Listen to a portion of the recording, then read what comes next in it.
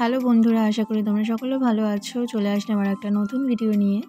তো প্রথম থেকে তোমরা শেষ অবধি ভিডিওটা না স্কিপ করেই দেখো, নইলে কিন্তু কিছুই তোমরা বুঝতে পারবে না। আজকে যে টপিকটা নিয়ে আমি আলোচনা করতে চলেছি সেটা হচ্ছে যে বাচ্চা যদি বেশি খিটখিটে হয় কিংবা বদমেজাজি হয়, সেটার সমাধান বা সলিউশনটা ঠিক মা বাবা হিসেবে আমরা কীভাবে করব। তো আজকের টপিকটা কিন্তু এটাই।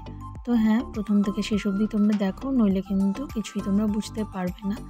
আর হ্যাঁ, আমাদের বিয়ের 6 বছর হয়েছে, 6 বছর থেকে বেশি হয়েছে আর কি। আর আমার ছেলের বয়স এখন 3 বছর 2 মাস মতো। তো 3 বছর 2 মাস মতো আমরা ওকে দেখলাম নিজেরাই একা হাতে।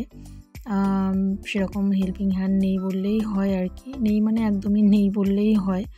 দুজন মিলে আমরা সবটাই দেখছি ওর জন্মের পর থেকে এখনও অবধি।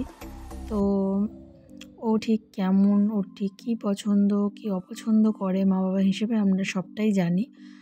আর হ্যাঁ, যেহেতু এখন বড় হচ্ছে, কথা বলতে শিখেছে, আরও অনেক কিছু শিখছে।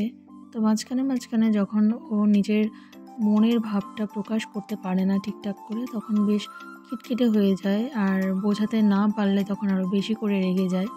আর আমরাও মাঝে মাঝে ওর কথাটা ঠিক বুঝতে পারি না বলে একটু হয়তো রেগে যাই বা একটু বকাঝকা করি। কিন্তু পর মুহূর্তেই আমাদের মনে হয় যে এইটুকু বাচ্চা যখন নিজের মনের কথাটা বোঝাতে পারছে না, আমাদের রাগ করে তো লাভ নেই। বরঞ্চ আমাদের বোঝা উচিত ও ঠিক কী বলতে চাইছে। ঠান্ডা মাথাটা একটু ভেবে এটা বোঝা খুবই দরকার।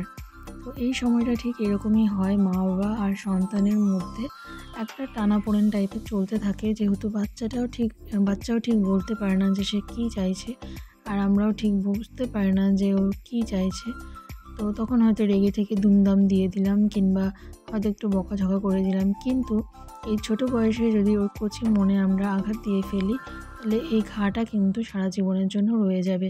আর হয়তো মা বাবা হিসাবে সেও আমাদেরকে ঠিক ভালোবাসতে পারবে না। তো এই জটিলতাগুলো যাতে না আসে, সেই জন্য মা বাবা হিসেবে ঠান্ডা মাথাতে সব কিছুই বুঝতে হবে। একটু একটু করে তার মাইন্ডটা রিড করতে হবে, সে ঠিক কী বোঝাতে চাইছে আর কি। তো অল্পেতে রাগ কিংবা হতাশাগ্রস্ত হয়ে গেলে কিন্তু চলবে না। ঠান্ডা মাথাতে সবটা কিন্তু অবশ্যই ট্যাকেল করতে হবে। তো এখন আমার ছেলে তো প্লে গ্রুপে আছে, এই বছরেই নার্সারিতে উঠবে। তো অনেক কিছুই শিখে গেছে, এখনও অনেকটা কিছু বাকি আছে শেখা।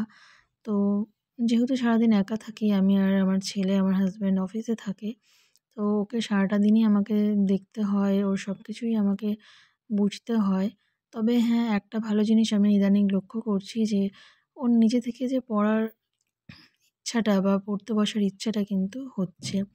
তো সেই জন্য পড়ার জন্য কিন্তু আমি ওকে খুব একটা বকাবকি মারামারি করি না। আমার ভালো লাগে না তার গায়ে হাত তুলতে, আর এটা মনে হয় করাটা উচিতও নয়। কারণ এইটুকু বাচ্চাকে মেরে ধরে কোনো লাভ হয় না। একটু হয়তো বকাঝকা করা যেতে পারে, কিন্তু সেটাও কিন্তু লিমিট বুঝে। কারণ গায়ে হাত তুললে কিন্তু ব্যাপারটা হিতে বিপরীত হয়ে যেতে পারে।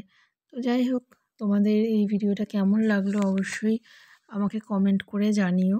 আর যাদের ঘরে ছোট বাচ্চা আছে, তাদের কাছে যদি এই ভিডিওটা একটুখানিও হেল্পফুল মনে হয়, তাহলে সেটাও আমাকে কমেন্ট করে অবশ্যই জানিও। আজকের মতো টাটা, বাই বাই। সকলে খুব ভালো থেকো।